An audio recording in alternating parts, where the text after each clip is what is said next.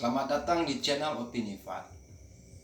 Tema hari ini adalah Pancasila tidak bertentangan dengan Islam dan tidak bertentangan dengan agama manapun.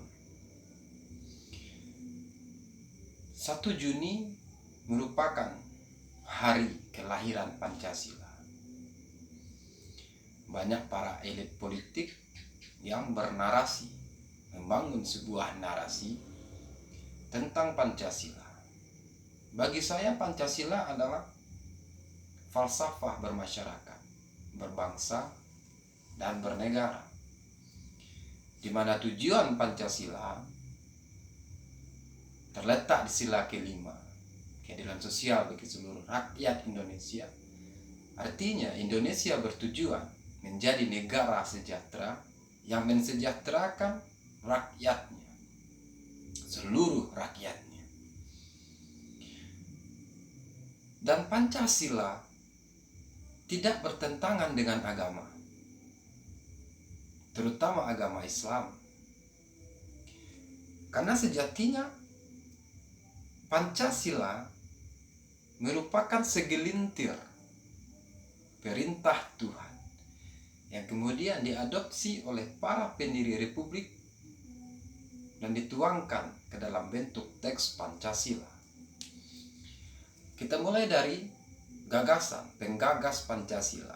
Ada Prof. Supomo, Yamin, dan Bung Karno.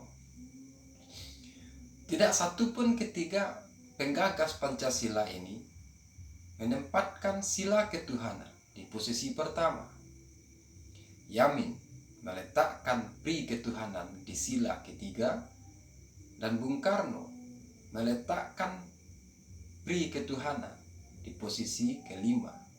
Sementara Supomo kita tahu tidak menempatkan pri ketuhanan.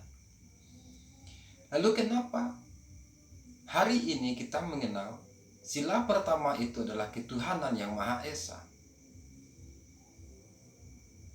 Itu lahir dari pertengkaran pikiran para pendiri negara di sidang BPUPKI dan PPKI. Artinya, pikiran-pikiran para pendiri bangsa pada saat itu beradu. Tajam pikirannya itu.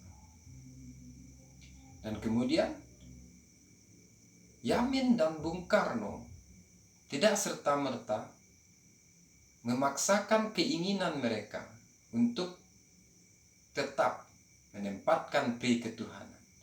Menurut Yamin di ketiga, dan menurut Bung Karno di tempat yang kelima.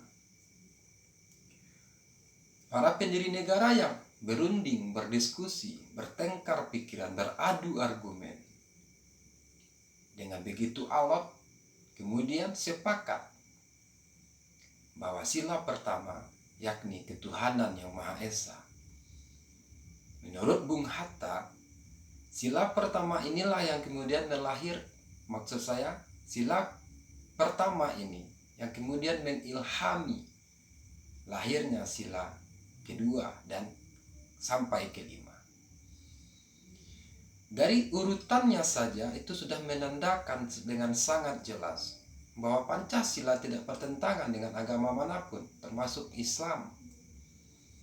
Tidak satupun agama yang dianut dan dipercayai di Indonesia ini menempatkan manusia di atas Tuhan. Agama manapun di Indonesia ini selalu mengakui Tuhan berada tingkatannya di posisi teratas. Baru kemudian manusia berada di bawah Tuhan tersebut. Dan inilah yang terjadi di dalam Pancasila. Sila pertama Tuhan, dan sila kedua kemanusiaan yang adil dan beradab. Ada 3 kata kunci di situ. Manusia, adil, dan adab. Manusia ditempatkan di posisi kedua, di bawah Tuhan, sebagai hambanya Tuhan. Lalu, di mana perintah Tuhan di dalam Pancasila ini?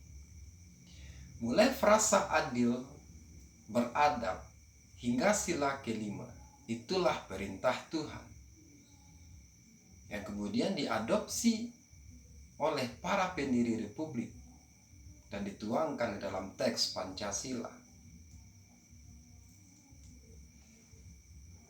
Kalaulah Pancasila bertentangan dengan Islam, mari kita lihat satu persatu. Saya katakan tadi, perintah Tuhan yang pertama yang diadopsi oleh para pendiri bangsa dan dituangkan dalam Pancasila adalah frasa adil dan beradab di sila kedua. Islam memerintahkan umatnya untuk kemudian berbuat adil. Adil kepada sesama manusia, baik kepada teman, sahabat, dan satu golongan, maupun adil terhadap musuh. Islam memerintahkan umatnya untuk adil kepada teman dan lawan. Islam juga memerintahkan manusia untuk beradab. Bermacam-macam adab yang kita kenal. Adab berbicara, adab berpakaian, dan lain-lainnya. Terkait dalam hal ini saya singgung adab berbicara. Islam mengajarkan umatnya untuk berlaku sopan, berucap yang baik-baik, meninggalkan yang buruk, dan mengucapkan dengan terus-menerus hal-hal yang baik tersebut. Itu pertama. Sila ketiga, persatuan Indonesia. Islam memerintahkan umatnya untuk merawat persatuan, menjaga persatuan, merapatkan barisan. Bukan untuk kemudian berperang, tidak. Untuk membela diri. Bukan merapatkan barisan kemudian menyerang musuh-musuhnya. Islam tidak memerintahkan seperti itu. Islam memerintahkan menerima umat-umat yang lain selagi umat beragama yang lain tidak mengganggu akidah umat Islam. Persatuan. Lalu sila keempat, kemusyawaratan dalam hikmah kebijaksanaan. Islam memerintahkan umatnya untuk kemudian menyelesaikan semua persoalan dengan musyawarah. Musyawarah melahirkan kebijaksanaan. Setiap persoalan yang timbul diselesaikan dengan musyawarah.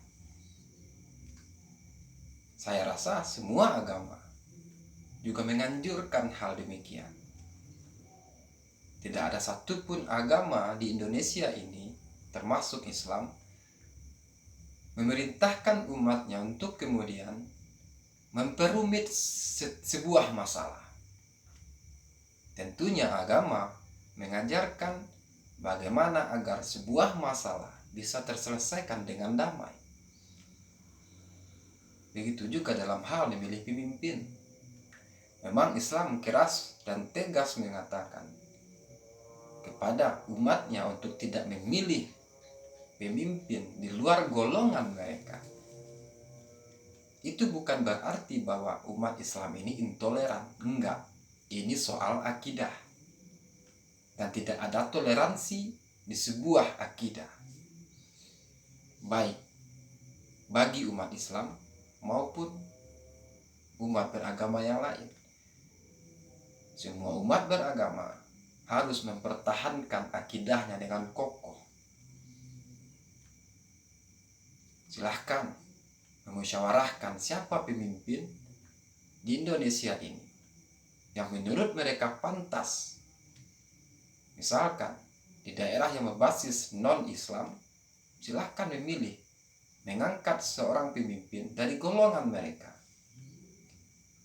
Begitu juga dengan daerah atau wilayah yang mayoritas Islam. Tapi tetap ketika terjadi persinggungan, permasalahan tersebut diselesaikan dengan musyawarah, di mana musyawarah tadi menghasilkan putusan-putusan atau solusi yang sangat bijaksana. Itu perintah Tuhan yang diadopsi oleh para pendiri negara dan dituangkan di dalam teks Pancasila. Dan kemudian kita masuk di sila kelima, keadilan sosial bagi seluruh rakyat Indonesia. Prinsip ekonomi dalam Islam, di dalam dompetmu ada hak orang lain. Itu konsep ekonomi di dalam Islam. Di dalam agama yang lain, agama tersebut menganjurkan umatnya untuk berbelas kasih, menebarkan kasih sayang kepada setiap manusia, bukan hanya kepada sesama penganut agama tertentu, akan tetapi terhadap semua manusia. Di dalam Islam, andaikan seorang umat Islam tersebut membuat sebuah makanan, Islam menganjurkan kepada umatnya untuk berbagi kepada tetangga-tetangganya, meskipun itu hanya berisi kuahnya saja.